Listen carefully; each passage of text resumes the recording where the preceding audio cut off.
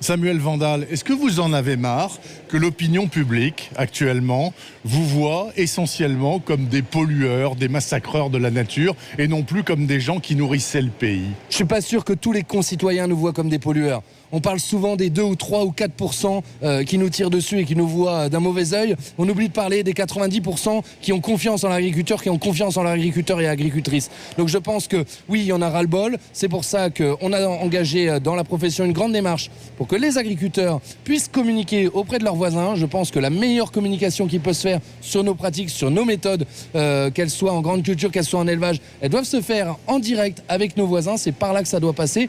Et puis, on s'occupera aussi de voir pour faire des grands spots publicitaires, pour rétablir la vérité. Parce que derrière, en fait, les conséquences de cet agribashing, si on peut dire ça, c'est comme ça c'est qu'on est en train de démotiver l'ensemble des jeunes qui veulent se lancer dans l'agriculture. Alors, les démotivations, elles viennent bien sûr par la rémunération qui n'est pas toujours là, mais elles viennent aussi et surtout par le fait que l'agriculteur est tout le temps montré du doigt. Et les jeunes se disent, mais moi, pourquoi je vais aller faire ce métier-là alors que ce métier n'est plus reconnu et qu'au contraire, on nous tire dessus. Donc je pense qu'il est temps qu'on mette un gros stop à cet agribashing, qu'on aille de l'avant, qu'on communique positivement. Certes, dans l'agriculture, tout n'est peut-être pas si rose que ça. Il faut peut-être faire encore évoluer quelques pratiques.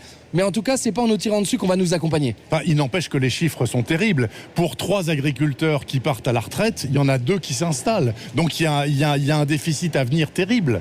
Tout à fait. Aujourd'hui, ça va disparaître. Plus d'un agriculteur sur 2 a de 50 ans aujourd'hui, donc va partir à la retraite dans les 10 ans à venir.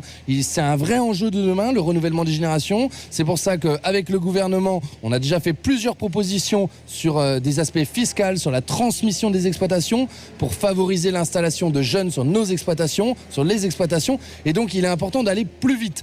Il faut aller vite. Aujourd'hui, si on veut garder des agriculteurs nombreux sur tout le territoire, il faut un vrai dispositif à l'installation et à la transmission des exploitations.